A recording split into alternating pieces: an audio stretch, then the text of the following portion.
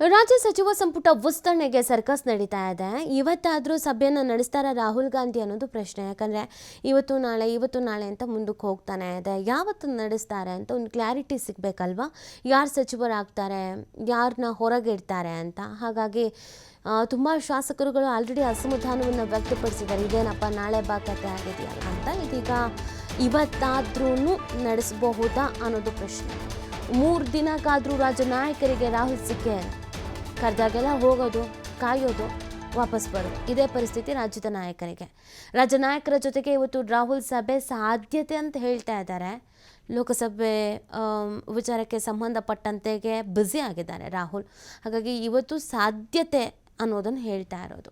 ನಿನ್ನೆ ನಡಿಬೇಕಾಗಿತ್ತು ಸಭೆ, ಅದನ್ನು ಕೂಡ ಮುಂದೂಡಿದ್ರು ಸ್ವತಃ ರಾಹುಲ್ ಅವರೇ.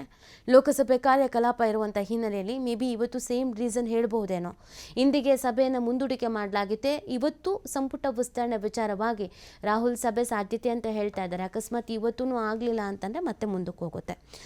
ಒಂದು ಸ್ವಲ್ಪ ಶಾಸಕರುಗಳಿಗೆ ಅಸಮಾಧಾನ ಇದೆ. ನಾವು ಎಷ್ಟಂತ ಕಾಯಕ್ಕಾಗತ್ತೆ ಅಂತ.